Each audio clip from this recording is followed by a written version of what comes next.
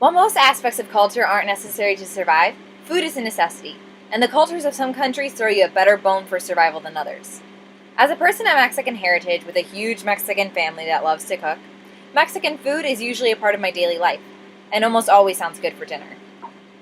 Tamales are one food that are incredibly time-consuming to make, and therefore a delicacy in my house. For someone who is used to meat and bean filled tamales, it has been interesting to learn what fills the tamales of the people of Mexico today and what filled them 10,000 years ago. The basic ingredients are the same throughout time. Masa, a corn-based starchy dough, and whatever kind of leaf is used to wrap the tamale while it is steamed, whether a corn husk, as shown here, or a banana or plantain leaf. The fillings of tamales vary and include meats, cheeses, fresh fruits, dried fruits, vegetables, and chilies. Today, vegetable lard or shortening is also used along with the masa to create the outer layer. However, some of the ingredients for fillings have changed since the dawn of the tamale, and extra fat was not used back then. According to Lisa LeCount's article, Like Water for Chocolate, Feasting and Political Ritual Among the Late Classic Maya and Zunanich Belize, tamales originated in a region from central Mexico to Belize in the ancient world, known as Mesoamerica, sometime between 8000 BC and 5000 BC, with the Mayans, Incas, Aztecs, Olmecas, and Toltecas. These groups of people used them mostly for their armies as portable food, but also used them for hunters and travelers because of the ease with which one could travel with tamales. Different from many of the fillings of today, the Aztecs had many other ingredients to stuff their tamales with.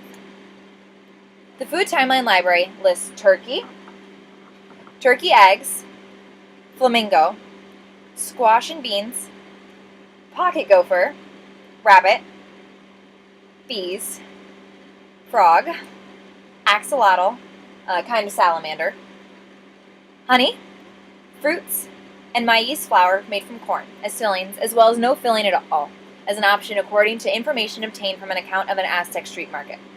Unfortunately, I was unable to find information on what the Mayans, Incas, Olmecas, and Toltecas filled their tamales with, but I think it can be assumed that game from their areas would serve as some of the fillings. Today, tamales in Mexico are wrapped in corn husks most of the time, unless made in tropical parts of the country, such as Oaxaca, Chiapas, Veracruz, and the Yucatan Peninsula, where plantain leaves are used. Those wrapped in plantain leaves are often squarish in shape, as you can see here, and larger and thicker than those wrapped in corn husks. Tamales are a comfort food in Mexico and are eaten for any meal of the day, whether breakfast, lunch, or dinner. They are commonly eaten during holiday festivities and usually have fillings of chicken, pork, dried fruit, or no filling at all. Here are some filled with raisins and pineapple. Tamales, very similar to those in Mexico, are found in Cuba, the Philippines, and Guam. In fact, the tamales found in Cuba are exactly like those found in Mexico City. It is believed that the Mexican tamales were brought over between the 1920s and 1950s during a cultural and musical exchange between the two countries.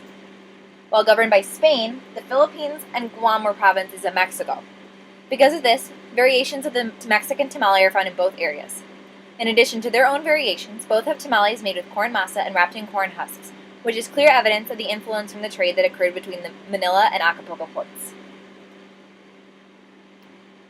Different types of tamales exist throughout Central America, the Caribbean, and South America, though the tamales in Mexico are most like those originally made in ancient Mesoamerica. However, all are quite similar in that they are usually made with corn masa, wrapped in a corn husk or tropical leaf, and filled with various items and steamed. Because of the long process it takes to make them, tens if not hundreds of tamales are made at one time, usually by a group of women known as a tamale party. At the end of the day, the tamales are all divided among the women to take home to their families, a process much easier than one person trying to make many tamales on his or her own. As you now know, tamales are not just filled with chicken or pork like those served in many Mexican restaurants across America. Tamales were not always necessarily filled with the most appetizing foods in the past, but today they can be savory and meat or vegetable filled, or sweet and filled with honey or fruit. Their deliciousness leads no one to question why they are a Mexican staple and comfort food, and encourages all to have a tamale party with friends, and make tamales filled with different and delectable options as varying as one's taste buds.